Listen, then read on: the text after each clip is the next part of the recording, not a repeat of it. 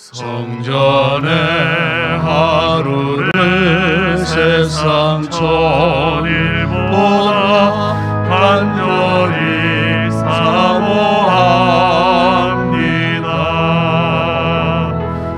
내 생전 여호와 집에 거하며 주님만 찬양하리라. 아름다우신 주님의 위엄 매일 새롭게 세우시네. 오 놀라우신 주님의 자비 이전보다 더 사랑해.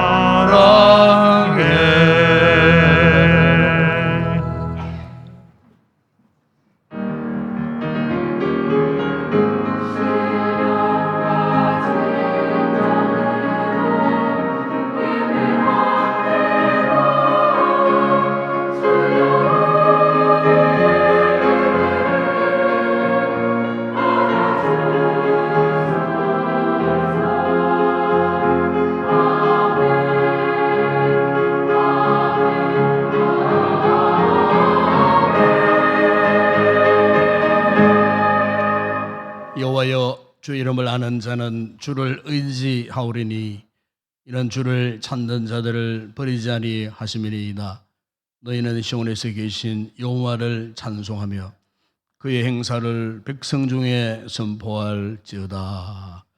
우리 아버지 하나님, 오늘도 거룩한 날, 거룩한 주일, 주의 이 날에 추석 연휴가 겹쳤지만 거룩한 주의 전을 찾아 예배로 하나님 앞에 나가게 하신 이 놀라운 은총을 베푸신 하나님 앞에 감사와 찬송과 영광을 올려드립니다. 이 시간도 우리가 전심을 다해 드리는 이 예배 하나님 기뻐하시고 홀로 영광 받으시고 우리에게는 한없는 큰 은혜와 복을 더하여 주옵소서. 주 예수 그리스도 이름으로 기원드리옵나이다. 아멘.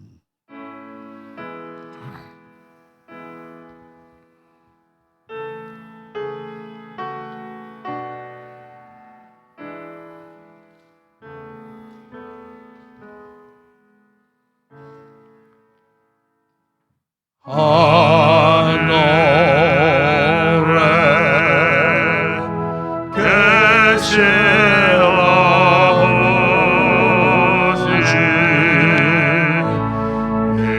이름 거룩하사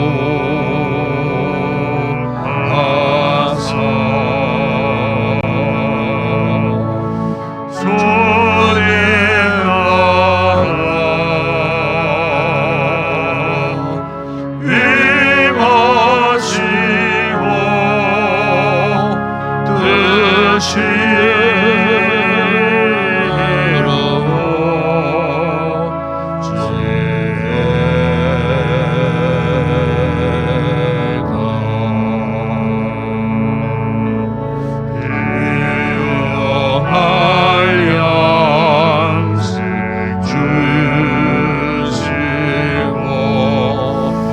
우리들의 그 죄 다 용서하옵시고 또 시험에 들게 마시고 악에서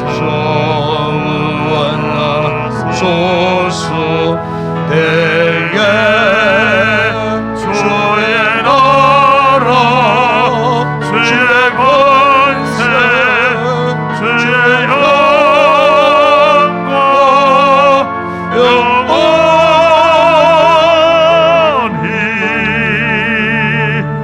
아멘.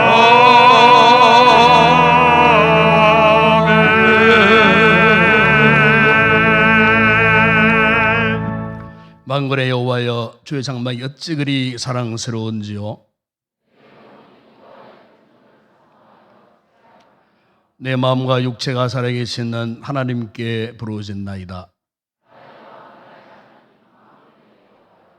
주의 재단에서 참새도 제 집을 넣고 제비도 새끼들 보금자리를 얻었나이다.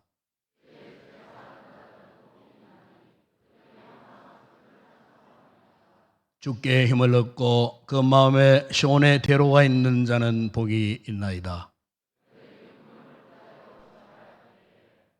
그곳에 많은 샘이 있을 것이며 이른 비가 복을 채워 주나이다.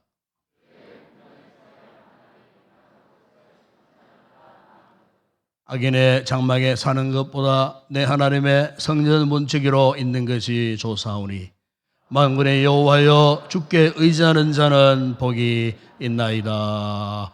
아멘.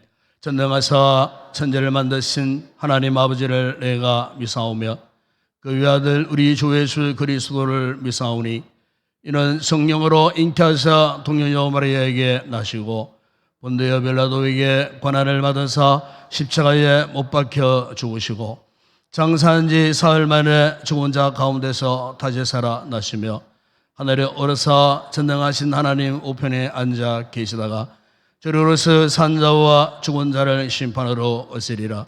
성령을 믿사오며 거룩한 공회와 성도와 서로 교통하는 것과 죄를 사하여 주시는 것과 몸이 다시 사는 것과 영원히 사는 것을 믿사옵나이다.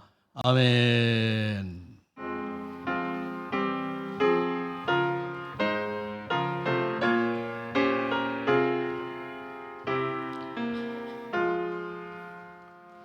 우리 하나님 하늘에 계시니 온전한 만민 주 앞에 찬송하네.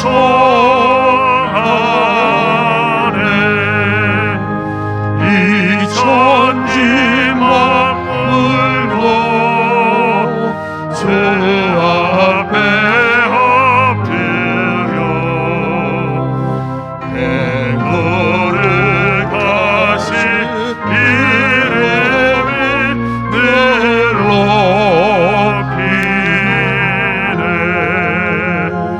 주 언약하신 것 끝까지 지키니 주 하늘 나라 향하여 곧 가리라. 주 얼굴 배울 때 내 마음이 기쁘고 영원히 주의 영광을 찬양하리. 왕의 왕 되신 주 하늘에 계시니 이 세상 죄악 이기신 구주 예수 저 천군 천사를 조위하고서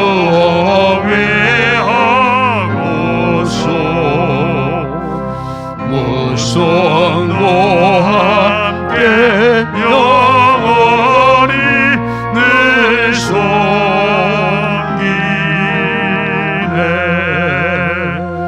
성삼위일체께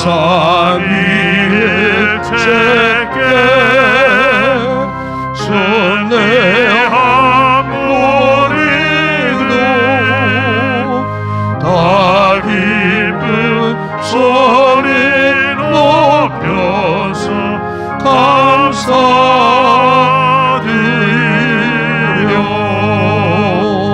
창조주 하나님 내 주님 되시니 주 앞에 나도 엎드려 경배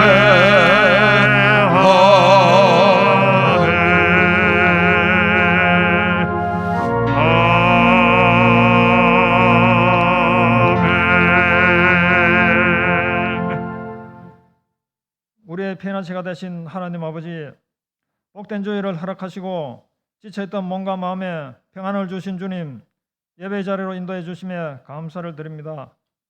계절의 변화와 창조의 섭리를 이루시는 하나님께서 우리의 믿음의 삶에도 가을과 함께 결실의 열매를 맺게 하여 주시옵소서. 지난 한 주간 살면서 말씀에 순종하지 못하고 생각과 마음으로 지은 죄, 이 시간 고백합니다. 우리의 죄를 용서하여 주시옵소서. 이 시간 단위에 세우신 목사님, 갑절의 영감을 성경 충만하게 하시고 생명의 말씀 전하실 때 저희들의 상한 심령 위로받게 하시고 치유되는 귀한 시간 되게 하여 주시옵소서. 말씀에 힘입어 우리 교회가 이 지역의 빛과 소금의 역할을 잘 감당하기 원합니다. 어려운 상황 속에 있지만 성실하게 이웃을 섬기며 하나님의 영광을 드러내게 하여 주시옵소서. 하나님 아버지, 행복 모임과 셀 모임, 제자국 훈련, 크로스웨이 성경 공부를 대면으로 진행할 수 있음에 감사를 드립니다. 믿음의 열정을 가지고 참여하게 하시고 훈련을 통하여 주님의 제자로 세워질 수 있도록 지켜주시옵소서. 어제는 고유의 명절 추석을 가족들과 즐거운 시간을 보낼 수 있도록 함께하신 하나님 감사를 드립니다. 남은 추석 명절 기간 하나님 안에서 잘 보내게 하시고 오고 가는 길에 있는 성도들 안전을 지켜주시옵소서. 사랑하는 하나님 아버지, 세우신 대통령과 위정자들에게 지혜와 명철을 주시어서 하나님을 경외하며 낮은 자세로 국민을 섬기게 하여 주시옵소서.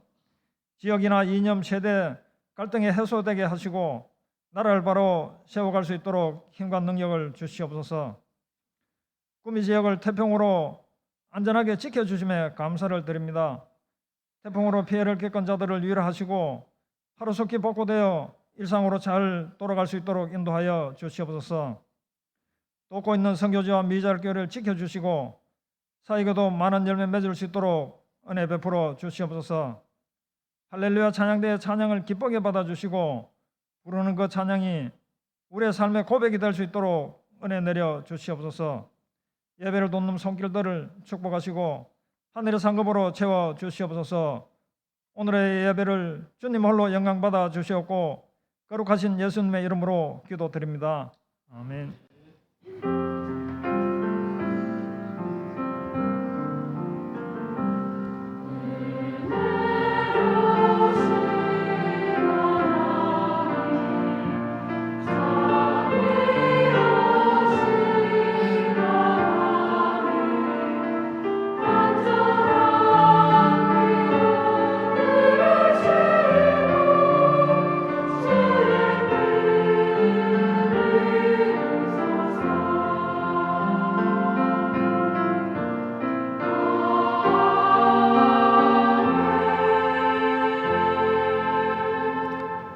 오늘도 우리 교회 저보로 노하신 청 여러분들 진심으로 환영을 드립니다. 예배 주를 만나주시고 또 축복도 받고 돌아가 주시면 고맙겠습니다.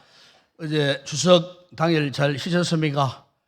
온 가족들 이 명절을 통하여서 서로 상면하고 또 서로 위로하고 함께 또 복을 비는 아마 귀한 시간이 되었는 줄을 믿습니다. 아마 유관계로 또 멀리 떠난 그런 우리 교우들이 많습니다. 무사히 잘 돌아오실 수 있기를 바랍니다. 오늘 오후 예배는 추석 연휴 관계로 많은 분들이 빠져 있는 상태이기 때문에 1시에 당겨서 예배를 드리도록 하겠습니다. 쉬운 찬양대는 서지 않겠습니다. 그리고 장로님들은 예배 후에 잠시 앞자리에 좀 남아주시면 좋겠습니다. 이번 주간 제자훈련 개강이 됩니다. 수요일날, 목요일날, 그리고 다음 주일날 양육반 주보 잘 이렇게 확인하시고 해당되는 분들은 첫 시간 빠지지 않도록 시간을 잘 지켜주시면 좋겠습니다. 그리고 다음 주 새벽 기도는 장윤성 원사님, 특송은 남 3, 4세일입니다. 다음 주일 찬양은 권사 찬양대가 담당하겠습니다. 그리고 금요 집회 때 크로스웨이 성경 연구를 합니다. 이미 교재가 다 이렇게 매진이 되었고 아직 교재를 구입하지 못하신 분들, 구입하시기 원하는 분들은 사무실로 전화해 주시면은 미리 사전에 준비해서 금요 집회 때 사용할 수 있도록 이렇게 준비해 드리도록 하겠습니다. 그리고 9월 산악회가 코로나 이전 했던 모임인데 코로나 이후에 아마 처음으로 모이는 것 같습니다. 이번 토요일 날 30분에 교회에서 출발하고 장소는 김천 주위의 숲이라고 합니다. 이제는 아직까지 코로나가 아직도 이렇게 기승을 부리는 관계에 있으니까 뭐 식당 가시더라도 모임에 사람 많은 곳에 가시더라도 조심하시고 또 토요일 날 행사가 위험성이 많습니다. 그래서 어쨌든 우리가 교회가 지금까지 안전하게 잘 이렇게 지켜왔는데 이런 부분에 나가시는 분들은 잘 단돌이 하시고 안전에 특별히 유의해 주시기를 다시 한번 당부를 드립니다. 이번 토요일 날 우리 교회 박선나 집사님 가정의 장녀 선년양 결혼식이 있겠습니다. 9월 17일 토요일 오전 11시입니다. 장소는 대구 스타디움 컨벤션 웨딩 3층 야외 테라스에서 거행하게 되겠습니다. 많이 가셔서 축하해 주시기 바랍니다. 이 시간 주님 앞에 귀한 예물 올려드립니다.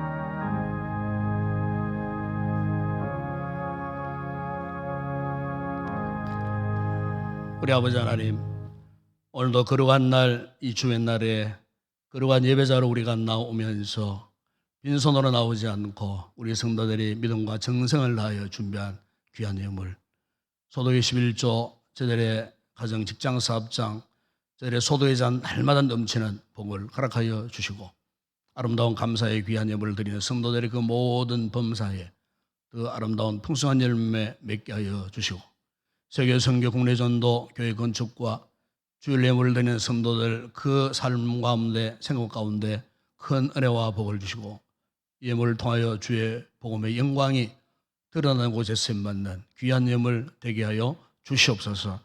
오늘도 강단의 아름다운 꽃으로 흥하는 권사님과 온 가족 기업 위에 만복을 더하여 주시고 오늘도 찬양을 준비하여 올려드릴 우리 모든 찬양대원들 성령 충만하여 부르는 찬양이 주님 앞에 큰 영광 되게 하여 주옵소서. 오늘도 예배를 듣고 섬기는 모든 헌신자들 기쁨으로 감사함으로 감당하여 주님의 기쁨이 되게 하여 주시고 우리 주일학교 모든 교사들 수고했습니다. 큰 은혜로 갚으시고 우리 자녀들 말씀 안에 잘 훈련된 믿음의 큰 거목들로 자라갈 수 있도록 주님 축복하여 주시옵소서. 오늘의 모든 예물 헌물을 주의 손에 올려드립니다. 축복하실 때 오병교회에 놀라운 기적의 역사가 일어나게 하시고 열광주를 낳는 풍성한 은혜와 복을 받아 누리게 하여 주시옵소서. 예수님의 이름으로 기도드리옵나이다. 아멘.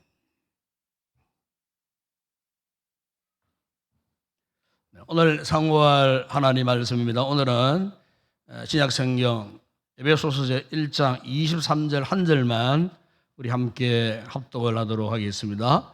에베소서 2장 1장 23절입니다. 함께 합독을 합니다. 교회는 그의 몸이니 만물 안에서 만물을 충만하게 하시는 이에 충만함이니라. 아멘.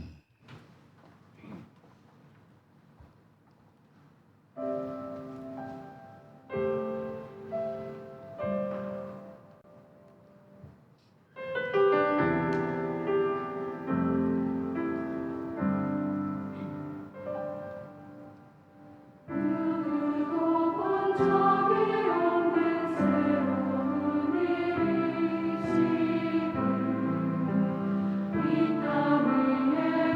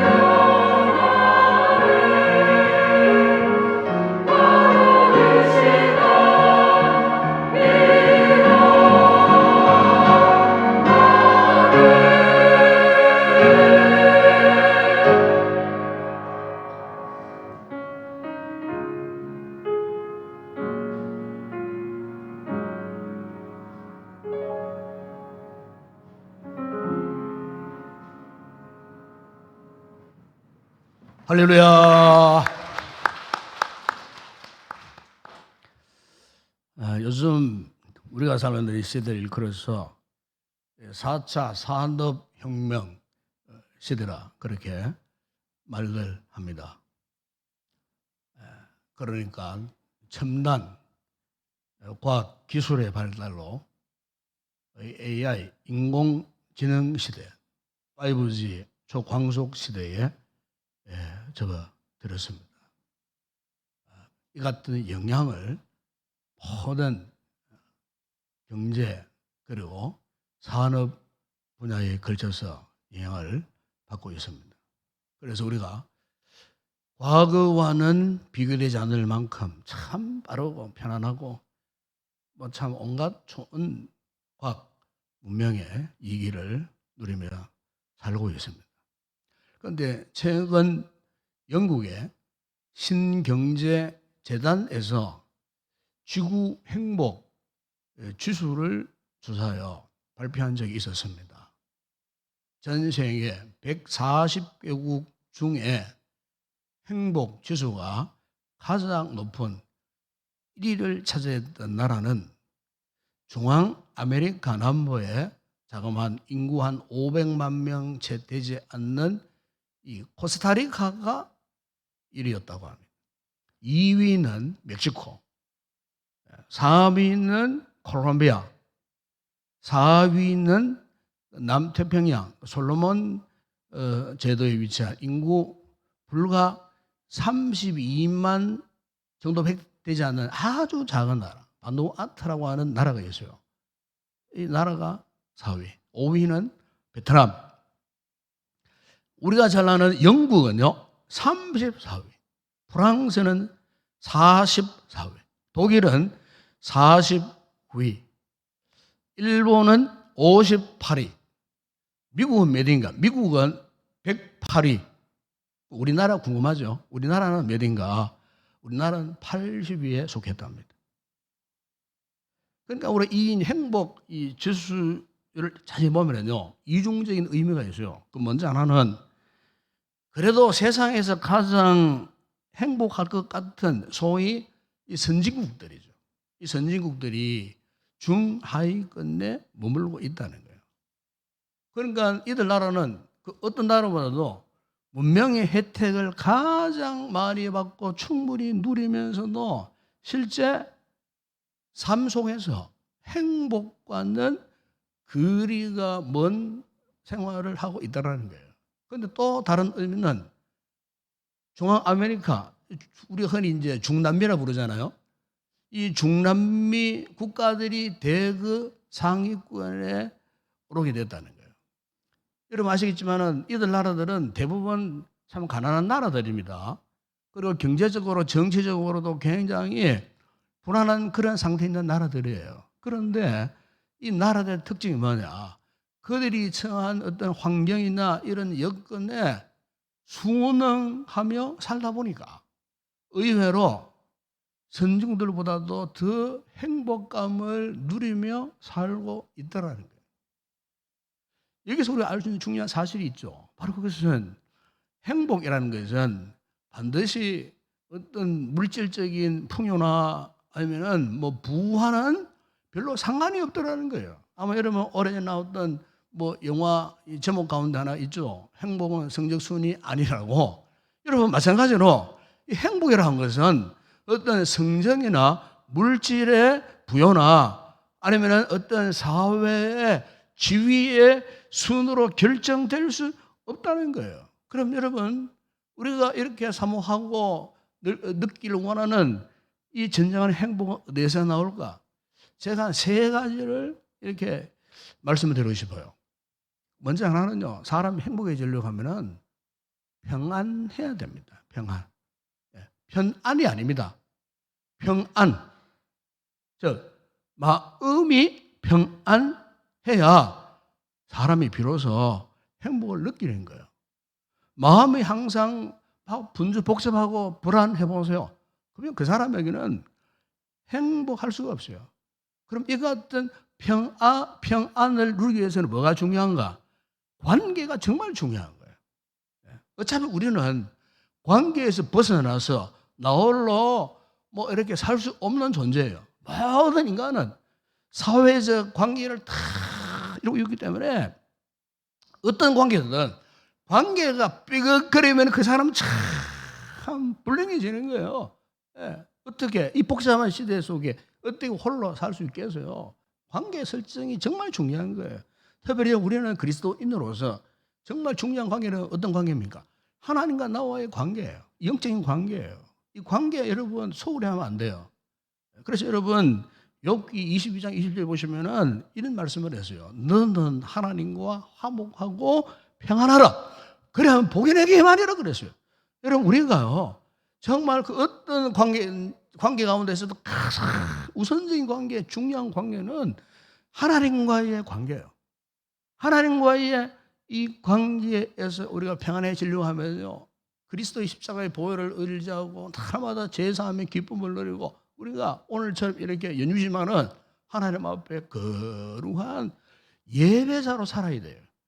예배당 안에서뿐만 아니고 우리의 모든 삶 속에서 하나님 앞에 예배자로 살면은 정말 하나님 주시는 그 평안을 누리면서 우리는 그야말로 세상에서 가장 행복한 삶을 살아갈 수가 있는 거예요. 그러면서 동시에 사람과의 관계에서 어떻게 되느냐? 항상 화목해야 됩니다. 원수를 맺지 마세요. 항상 화목해야 돼요. 항상 서로 섬기는 자세에서 올바른 모습으로 살아가면요. 이 행복의 기쁨이 다 배가 되어지는 거예요. 그리고 또 하나, 물질과의 관계. 정말 중요한 것은 뭡니까? 자족하는 거예요. 있어도 없어도 모자라도 스스로 만족할 수 있는 그 넉넉함. 성경은 우리에게 어떤 자로 살아라 합니까? 물질 앞에서. 너희는 청직이다 그래요. 관리자다 하는 거예요. 우리가 아무리 많은 것을 너 딸죠. 우리는 청직에 불과해요. 관리자의 임에 틀림이 없어요. 그래서 성경은 우리가 청지기의 삶을 살라. 이렇게 여러분 하나님 앞에 영적 관계에서 예배자로 살고 이웃과의 성김의 관계 속에 잘 살고 물질 앞에서도 탐욕 욕심 부리지 않고 겸손함으로 청지기적인 삶을 살면요, 바로 그 마음속에요 평안이 임하는 거예요. 평안이 임하면은 절로 우리 인생, 우리의 삶이 행복에 질 수밖에 없어요. 그리고 또 하나 우리가 행복을 느끼며 살기 위해서 또 하나가 필요한데 그게 뭐냐면은 성숙입니다. 성숙. 성장만이 다가 아닙니다. 성장도 필요하지만은 성장과 함께 반드시 무엇이 따라와 줘야 되느냐? 성숙이 따라와 줘야 돼요. 외적인 성장만 중요한 것이 아니라는 거예요. 정말 중요한 것은 오늘 우리의 내면이에요. 내면의 성숙이에요. 인격의 성숙이에요. 신앙의 성숙이에요. 네? 우리가 행복을 유지하기 위해서는요, 이것은 내면의 성숙함. 그래서 저는 사도 바울이 에베소 6장 10절에서 이런 말씀을 했어요. 우리의 속 사람이 그 힘의 능력으로 강건해져야 한다. 그렇게 말씀하셨어요. 왜 우리의 내면이 능력으로 강건해져야 되느냐? 왜 성숙해져야 되느냐? 그 말이에요. 여러분, 우리가 삶을 살면서 시시때때로 보십시오. 온갖 고난, 역경, 때로는 참 실패의 선전 마실 때도 있고 이랬을 때에 그 내면이 이렇게 견고해진, 성숙해진 분들은요, 쉽게 흔들리지 않더라고요. 쉽게 좌절하거나 절망하지 않더라고요. 내면이 튼튼하니까, 내면이 성숙하니까 그 인생이 비바람이 몰아쳐 와도 오히려 그 비바람 속에서 오히려 평안을 유지하면서 오히려 감사의 눈물이 나오고 시련 가운데서도 정말 그분이 주시는 하늘의 신령한 평안을 맛보니까 행복이 고백되어지고 우리 성도들이 꼭 이런 분들이 되었으면 참 좋겠습니다. 그리고 또 하나 우리가 이 행복한 삶을 잘 유지하기 위해서는요, 사명이 필요합니다. 꿈이 필요합니다. 비전이 필요합니다. 다시 말하면은 목적이 필요한 거예요. 특별히 하나님께서 나를 이 땅에 보내주신 목적이 뭐냐? 영적인 목적, 신령한 목적. 우리 성도들은 이 목적이 분명해야 하나님의 뜻을 이루기 위해서 봉사도 할 수 있고 섬김도 할 수 있고 헌신도 할 수 있는 거예요. 목적이 분명한 상태에서 헌신하니까 얼마나 기쁘고 즐겁고 행복한지. 여러분, 스위스의 유명한 철학자이자 사상가요 교육자였던 칼 힐트가 이런 말을 했어요. 내 인생 최고의 날은 사명을 자각하는 날이다. 그랬어요. 아프리카의 탐험가이자 선교사였던 데이비드 리빙스턴은 이런 말을 했어요. 사명을 가진 사람은 그것을 달성할 때까지 결코 죽지 않는다 그래요.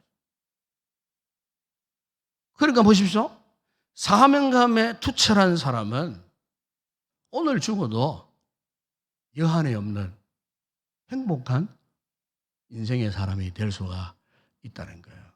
사는 여러분, 오늘 우리 인생이 행복해져야 됩니다. 그리고 주 안에서 정말 행복해져야 돼요. 그러기 위해서는 평안, 성숙, 사명을 경험해야 되는데, 근데 여러분, 우리가 이런 것들을 어디에서 경험할 수 있는가? 이것을 동시적으로 경험할 수 있는 영적 거룩한 공간을 우리 하나님이 주셨어요. 어떻게 했어요? 바로 그리스도의 몸인 교회입니다. 교회.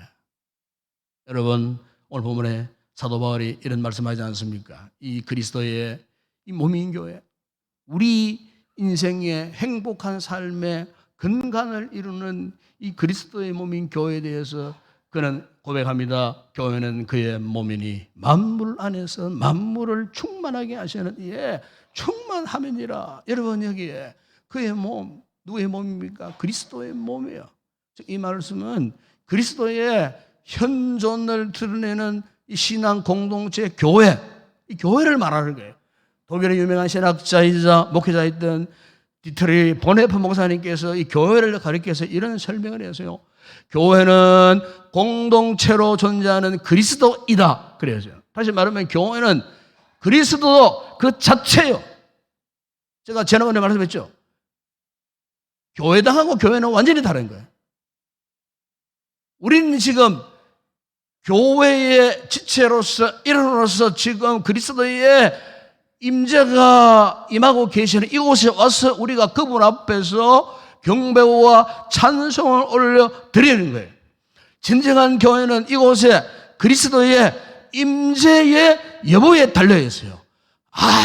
아무리 예배당이 크고 웅장하고 수많은 사람들이 모여도요, 그곳에 그리스도의 임재가 느껴지지 않으면, 그리스도의 주권이 이루어지지 않는 그곳은 교회가 아니에요.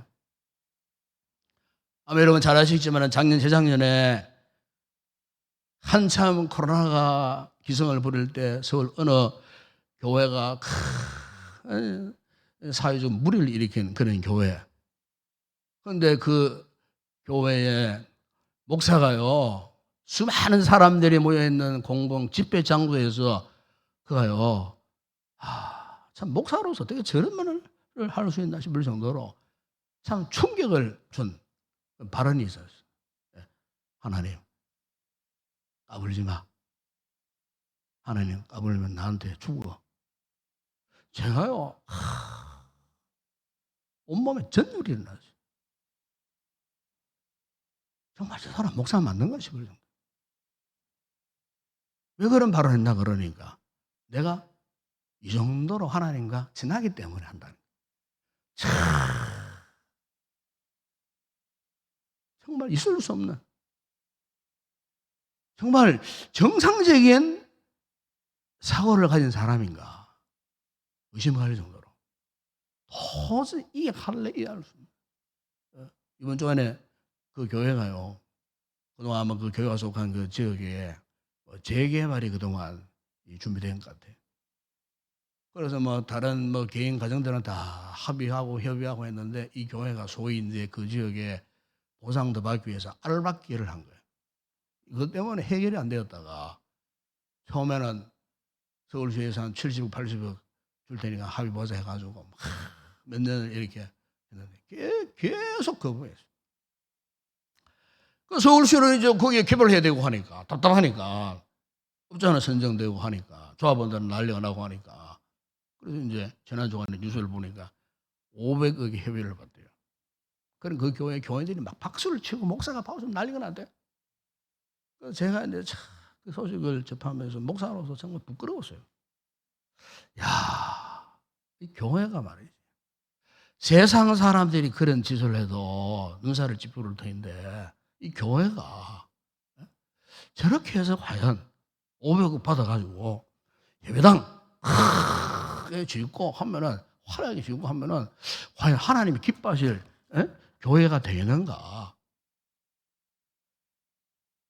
정말 참 이단들이 해야 할 그 말을 하는 그 목회자도 목회지만은 그 교회 안에 있는 공동체의 지체들 참 정말 진리의 말씀을 바로 묻고 바로 살아고 바로 성숙하고 바로 이렇게 사명을 감당해야 되는데 그렇지 못한 그런 부분을 보면서 제가 목회자로서 정말 하나님 앞에 우리 목회자들이 정말로 회개해야 되겠구나.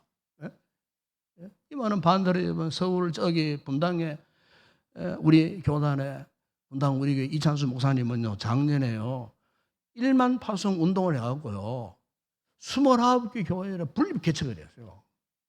1년이 지났는데 그 29개 교회들이 다 지금 자립을 다 했다는 거예요.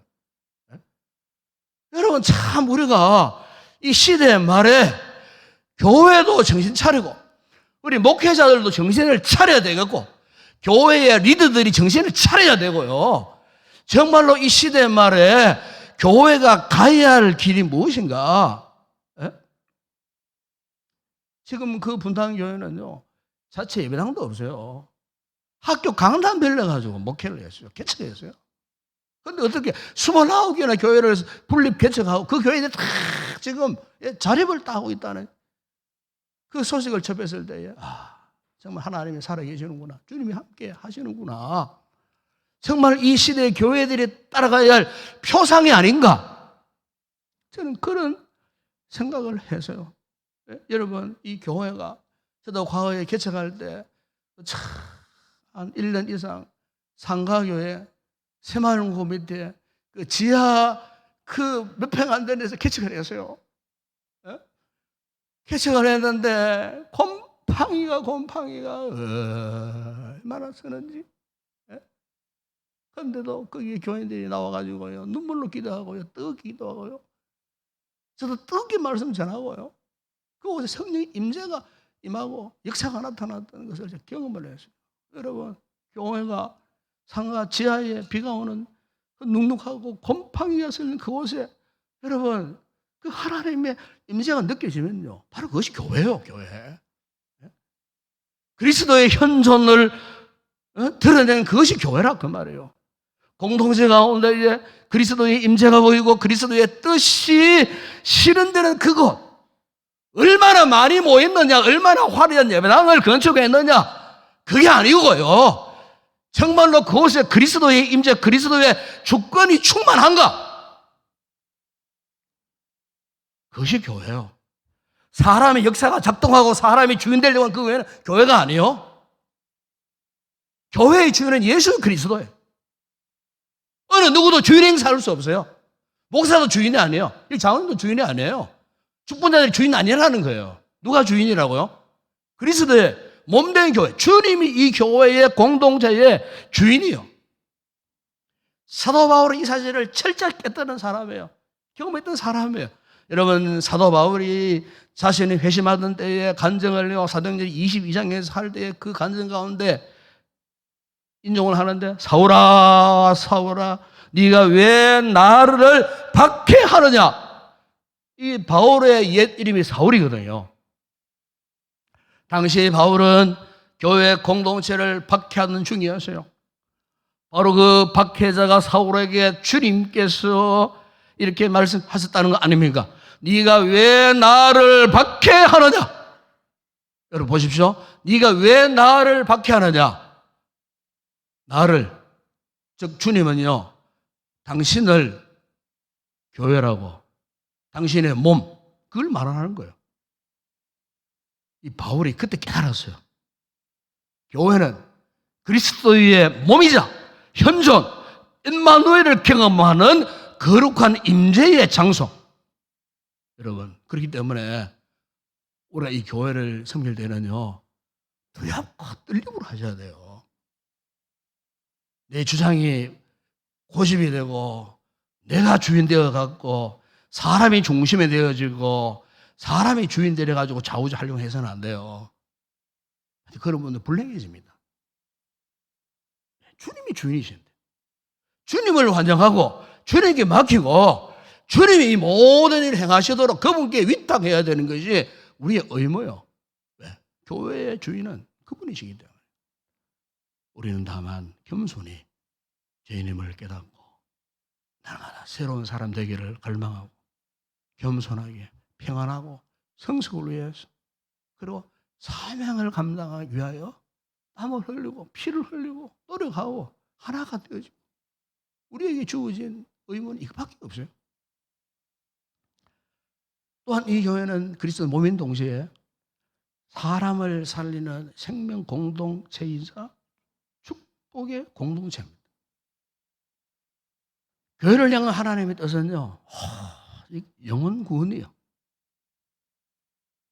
영혼 구원을 위해서 주님은 우리를 주님의 세계 비전을 주시고 복음으로 세상을 정복하도록 우리에게 큰 축복을 주신 거예요. 이를 위해서 교회는요, 무엇보다도 사람을 살리는 공동체가 되어야 할 줄을 믿습니다. 여러분, 신앙생활의 최고 기쁨이 뭔 줄 압니까? 예수 믿고 여러분 건강하고 복 많이 받는 거, 잘 사는 거, 돈 많이 버는 거, 대박 터뜨리는 그거 아닙니다. 신앙생활의 진짜 기본은 영혼 구원이에요. 나를 통해 은한 영혼이 구원받는 거예요. 전도되어지는 거예요. 제가 개척했을 때 개척 한 달 만에 저희 교회에 한 영혼을 붙여주셨어요. 40대 초반의 아주머니였어요. 갖가지 질병을 앓고 있는 그 몸이 만신창이가 된 아주머니였어요. 택한 영혼이었어요. 복음을 전하는데 얼마나 그 복음을 잘 받아들이는지 우리 교회에 오셨어요. 등록을 했어요. 1대1로 말씀을 가르쳤어요. 아주 스폰지가 물을 빨아들이듯이 하나님의 말씀을 빨아들이고 그런데 매주 한 주간마다 역사가 일어나는 거예요. 그 몸의 질병들이 치유되어지는 거예요. 하나님의 살아계신 역사를 그 아주머니는 경험하게 만드는 거예요. 나중에는 그 남편까지도 하나님 부정을 안 믿는 남편까지도 전도해갖고 남편도 등록을 하게 돼요. 아이들이 다 우리 교회에 나오게 돼요. 그분을 통해서 그리스도의 임재가 그렇게 나타났어요. 우리 교회에. 첫 번째 집사가 되었어요. 부부가 집사 부부가 되었어요. 얼마나 정성스럽게 헌신하고 봉사. 제가 꿈에 왔다는 소식을 들었을 때 우리 교회도 예배드려 나왔던 적이 있었어요. 지금 그 가정이 얼마나 잘 되는지 몰라요. 하나님이 이 부족한 존재를 통해 갖고 한 영혼 복음을 전해 갖고 그 영혼 그 가정 그 가문이 변화되어지고 하나님의 은혜와 축복이 많은 것을 제 눈으로 딱하게 보게 하셨어요. 여러분 이렇게 교회의 존재 목적은 오늘 우리의 존재 목적은 다른 데 있는 것 아니에요. 예수 복음을 전함으로 누구든지 존중받고 자유하고 강건해지고 행복해지고 그러한 공동체 지체들이 되어 서로 섬기고 하나님의 축복을 비는 정말 하나님이 기뻐하시는 이 지상낙원 파라다이스 하나님의 나라 이 거룩한 축복의 공동체를 이루어 가는 것이 주님의 뜻이에요. 그래서 오늘 본문에서 여러분 사도 바울이 이렇게 주님의 몸인 교회를 이렇게 고백합니다. 교회는 만물 안에서 만물을 충만하게 하시는 이의 충만이라고 말씀했습니다. 무슨 말씀입니까? 교회는 세상을 축복하는 축복의 공동체라는 거예요. 교회가 왜 세상에 대해서 희망이 될 수밖에 없는가? 교회가 세상의 축복의 그런 죄이기 때문에. 왜 그렇습니까? 교회는 만물을 창조하시고 다스리시고 축복하시고 충만하게 하시는 그리스도께서 이 교회의 주인이시기 때문에 그런 거예요. 이 교회를 통해서 하나님의 모든 축복들이 흘러나와서 여러분 개인과 가정과 가족과 사업장과 여러분 흘러가는 거예요. 믿으십니까? 교회가 불행해져 보세요. 교회가 맨날 싸움 지린하고 분열되어서 보세요. 그럼 그 진짜 교회 가정 혼란스러워집니다. 불행해질 수밖에 없어요. 우리 인생의 삶의 보루가 교회입니다. 행복의 보루가 어디 있느냐? 여러분 열심으로 돈 버는 직장이 아니에요. 사업장이 아니에요. 교회가 행복하고 교회가 건강하고 교회가 본인의 사명을 감당해줘 보세요. 여기 와서 예배드리는 성도들 우리 하나님의 여러분들의 기도를 다 들으시고 응답하시고 여기 나와서 기도할 때 성령 충만해지죠. 구원의 기쁨이 넘치죠. 그러면요 여러분의 삶은 그냥 되어지는 거예요. 이 강단에서 선포된 메시지에 말씀이 축복의 강물이 되어갖고 여러분의 심령이 흘러 넘쳐갈 때 어떤 분들은 발목에, 어떤 분들은 무릎에, 어떤 분들은 허리에, 어떤 분들은 그 축복의 강물 위에 올라타고 수영할 정도의 이 같은 주님의 임재가 이곳에 가득한 교회, 우리 인동교회인 줄 믿습니다. 교회 사랑하셔야 돼요. 여러분 정말 교회 사랑하셔야 돼요. 사무적으로 교회 일 접근하지 마세요. 저는 그거 제일 싫어합니다. 우리 교역자들도 항상 하는 제가 사무적으로 일하지 마라. 사무적으로 일하지 마세요. 종교적으로 일하지 마세요. 주님의 몸이 이 교회를 정말 한번 사랑해 보세요. 뜨겁게 한번 사랑해 보세요.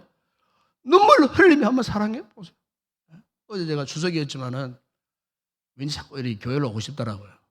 말씀 중에 탁 해놓은 상태고 기도를 할까 싶어가지고 오는데 바깥에서부터 들리는 소리가 비상벨 소리가 막 울려 퍼지는 거예요. 따르르 소리. 어디서 나는 거 싶어하고 가보니까 우리 교회에서 나는 소리예요. 아마 밤새도 울리는 것 같아요. 제가 들어가지고 전화님께 전화하고 소방 그 작동 키를 몇 번 누르니까 조용해지더라고요.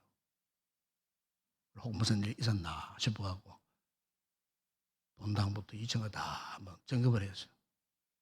뒤에까지 다 돌아보고 아무 이상 없었어요. 그래서 아마 그게 오작동으로 벨이 울렸던 것 같아요.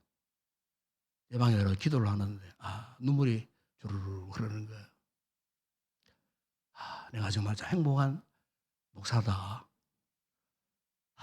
내가 정말 제 몸된 교회를 이렇게 사랑하는 마음이 있으니 정말 주님이 나를 사랑하시는 주님이 나를 사랑하시는 느낌이 오는 거예요.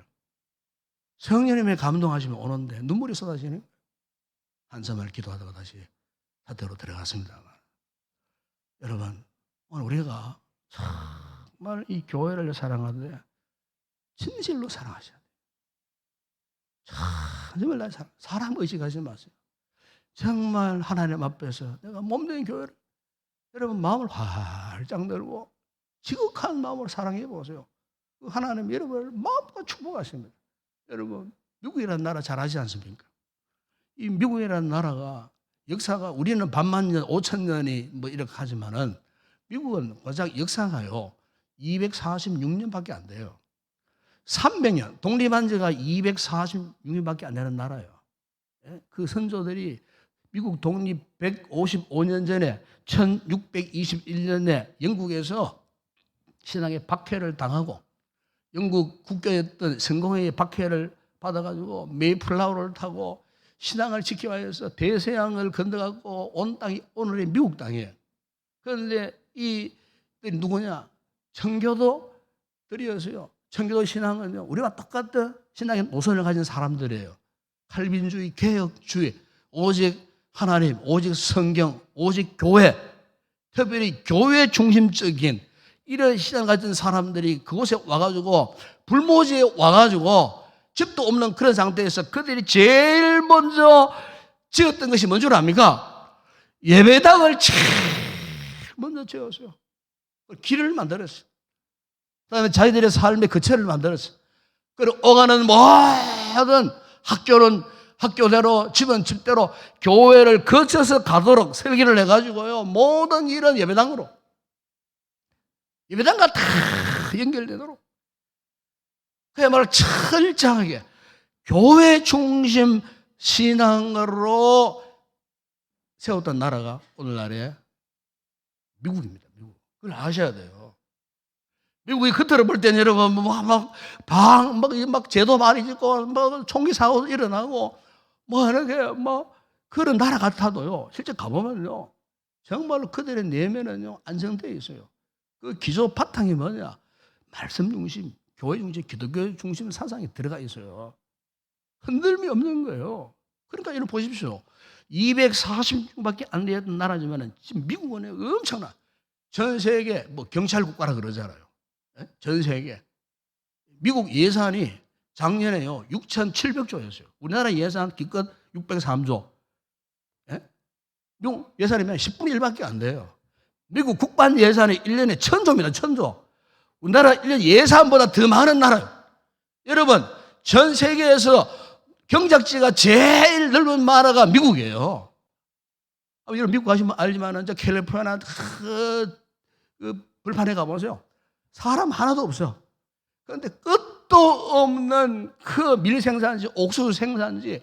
그런데 사람은 없는데 저 멀리서부터 물을 품는 스프링 풀을 가요. 끝도 없이 쫙 지나갑니다. 그것도 물을 주고 키우는 거예요. 사람은 안 보여. 비행기를 타고 뭐 약을 뿌릴 정도의 엄청난 넓은 광활한 그 경작지. 거기에서 여러분 생산되는 그 곡물, 러시아가 큰소리 치지만요, 러시아에 미국이 곡물 수출 안 하면요, 러시아 굶어 죽어버려요. 그런 나라예요, 그런 나라. 전 세계의 식량 보호가 바로 미국이라는 거예요. 뿐만 아닙니다, 여러분. 전 세계에서 가장 뛰어난 선진 과학 문명과 기술로 모자란 엔지니어들이 모이는 나라가 미국이에요. 여러분, 저기 로산 캘리포니아 저기 가보게 되면은 샌프란시스코 쪽에 가면은요, 거기에 산호세에서부터 레드 우스티시티라고 하는 해변가에 그 도시들이 쫙 있습니다. 한 7개 도시들이 질비해 있는데, 그걸 소위 우리가 실리콘밸리라 그래요. 어마어마합니다. 어마어마합니다. 거기에 세계의 최고의 IT 기술자, 통신 기술 엔지니어들이 거기 다 반도체 기술자 그 다 몰려 있어요. 전 세계의 과학 문명을 좌우지할 수 있는 최고 인력 인재들이 거기에 다 몰려 있는 거예요. 이 같은 국가적 위상을 유지할 수 있던 이유는요, 다름 아닌 그들의 조상들이 철저히 하나님을 사랑하고 교회 공동체를 사랑했던 그 청교도 신앙이 그 바탕을 이루고 있기 때문에, 그 들어볼 때는 자유분방 같아도 중심에 들어가 보면은 그게 아니구나. 항상 예수 그리스도, 교회에 대한 신앙관을 그들이 갖고 있더라는 거예요. 우리나라 역사도 마찬가지 아닙니까? 1890년대 대영국 세국 정체로 문화를 딱 닫아버렸을 때 1866년도 영국의 스코틀랜드 연합 장로교 소속 선교사였던 토마스 선교사가 성경을 올라왔다가 대동강가에서 순교를 당한 이후에 하나님이 포기하지 않으시고요, 19년 후에 미국 북장로교 소속이었던 은도도 선교사를 1885년 4월 5일 지금의 인천 제물포에 파송을 했어요. 은도도 선교사가 조선 땅에 딱 들어와서 그가 후에 최초의 기도문을 작성을 해요. 기도문 내용이 이런 내용이에요. 오 주여, 지금은 아무것도 보이지 않습니다. 주님, 메마르고 가난한 땅, 남은 그루 시원하게 자라오르지 못하고 있는 땅에 저희들을 옮겨와 앉히셨습니다. 그 넓고 넓은 태평양을 어떻게 건너왔는지 그 사실이 기적입니다. 주께서 붙잡아 뚝 떨어뜨려 놓으신 듯한 이곳, 지금은 아무것도 보이지 않습니다. 보이는 것은 고집스럽게 얼룩진 어둠뿐입니다.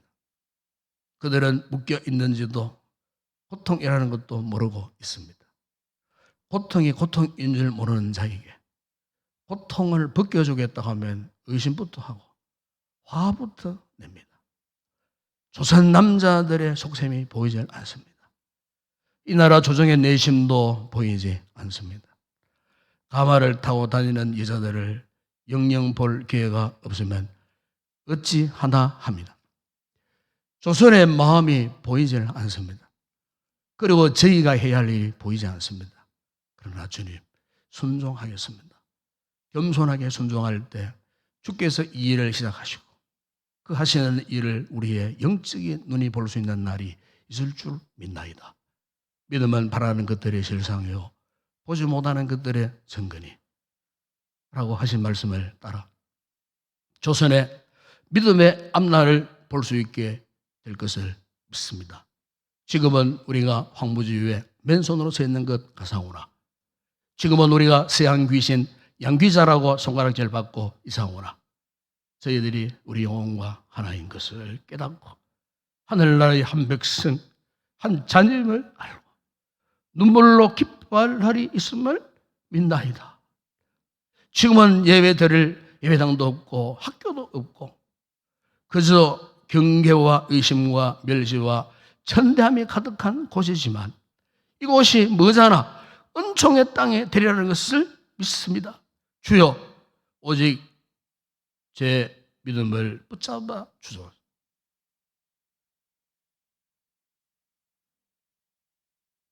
여러분, 우리나라가요,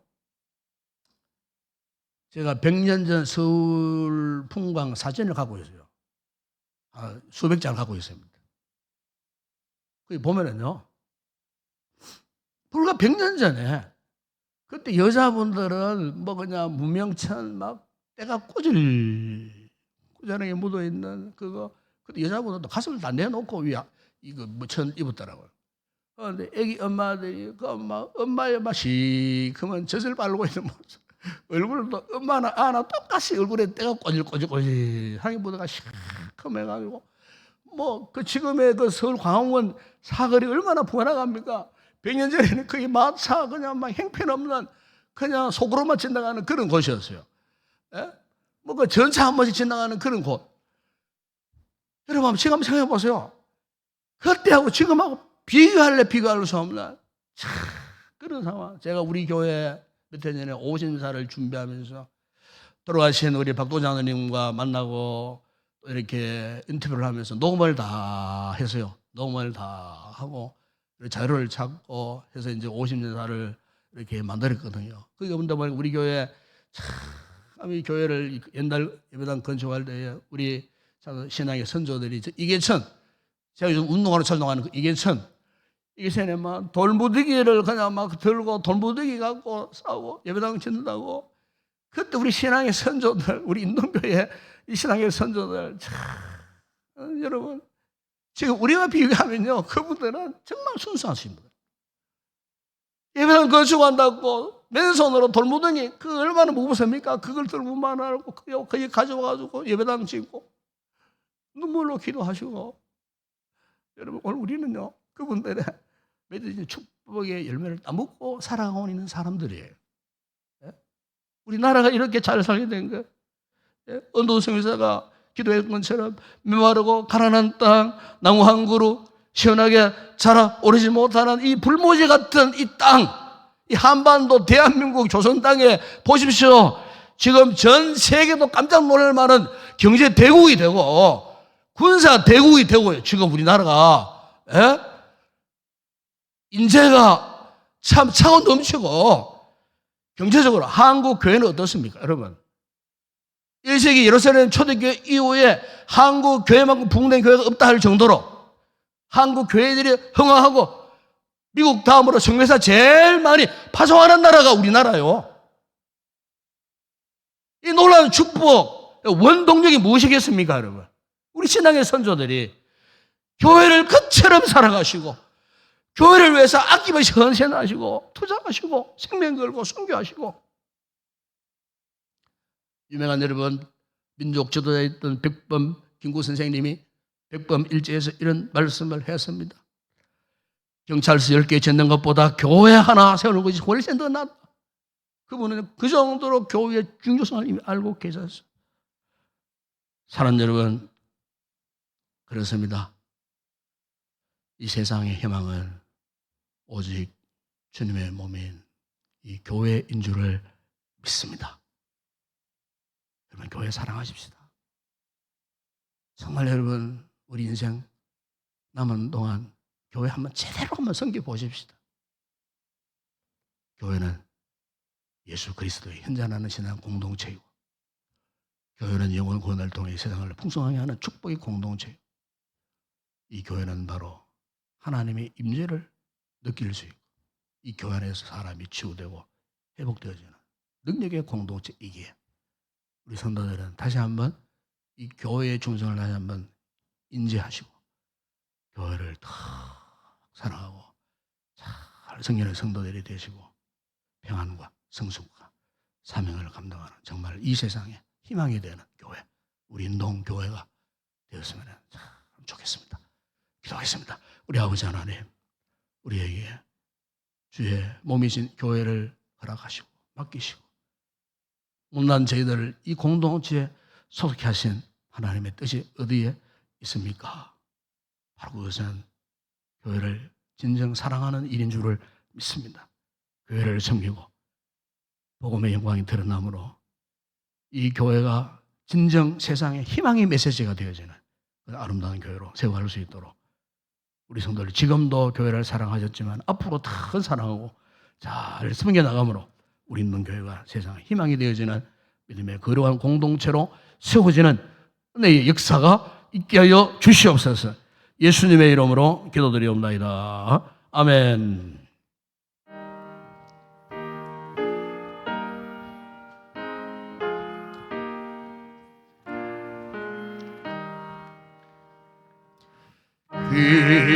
귀하신 주님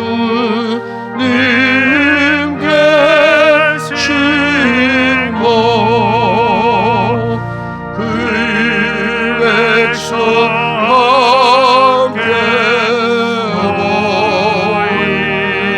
보이네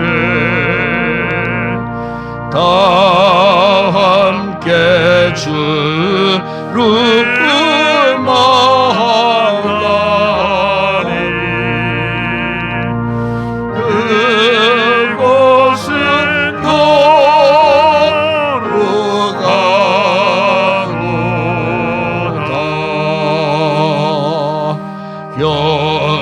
겸손한 사람 마음에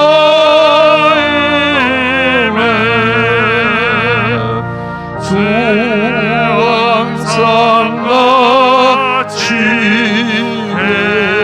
계셔서 외로움 없게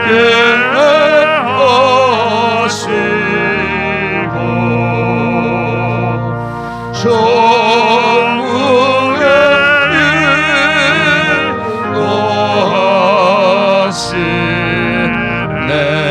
인도하시네 선하신 모자 우리 주 사랑이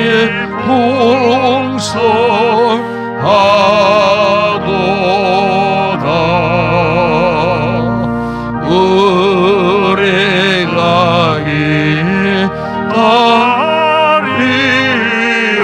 기다리오니 외로해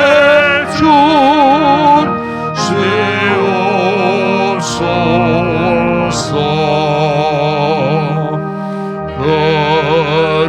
거룩하신 주 앞에 간절히 기도드리니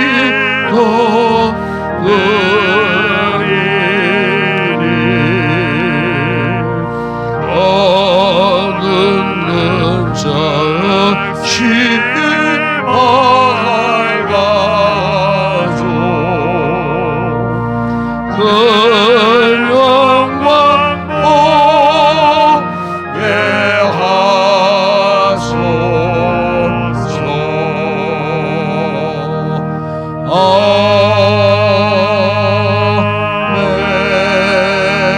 아멘. 할렐루야. 한번 인사합시다. 당신 때문에 행복합니다. 정말 축복합니다. 아멘. 여러분 정말 우리 참 교회를 정말 사랑하십시다. 지금 사랑하고 계시지만은 정말 교회를 사랑하시고 한번 주님 앞에 한번 제대로 한번 교회를 한번 잘 섬겨보는 후회함이 없는 그런 복된 우리 여성들이 되면 좋겠고 남은 연휴 안전하게 잘 보내시기를 바랍니다. 우리 마지막 찬양 주께 올려드립니다.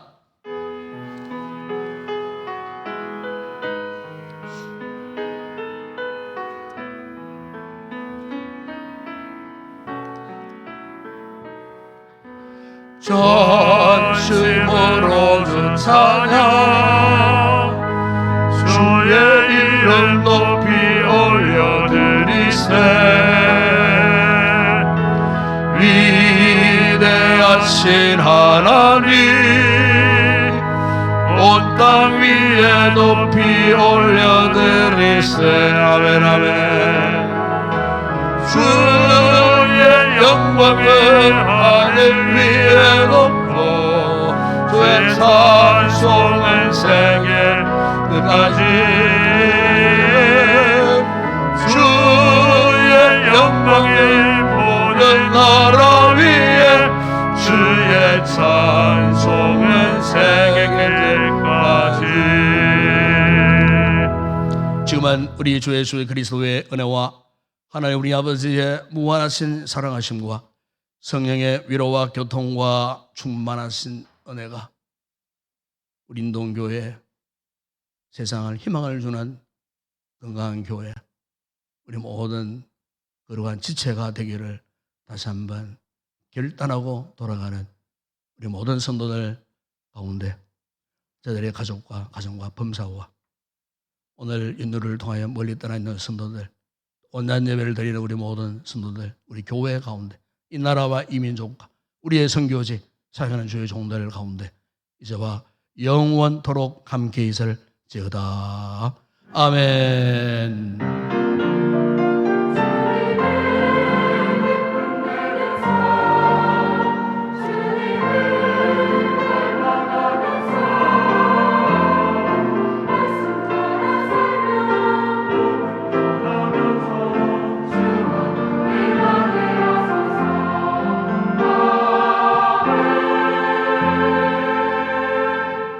네, 감사합니다. 남은 연휴 즐겁게 잘 지내시길 바라고 오늘 오후 예배는 1시에 예배를 드리도록 그렇게 하겠습니다.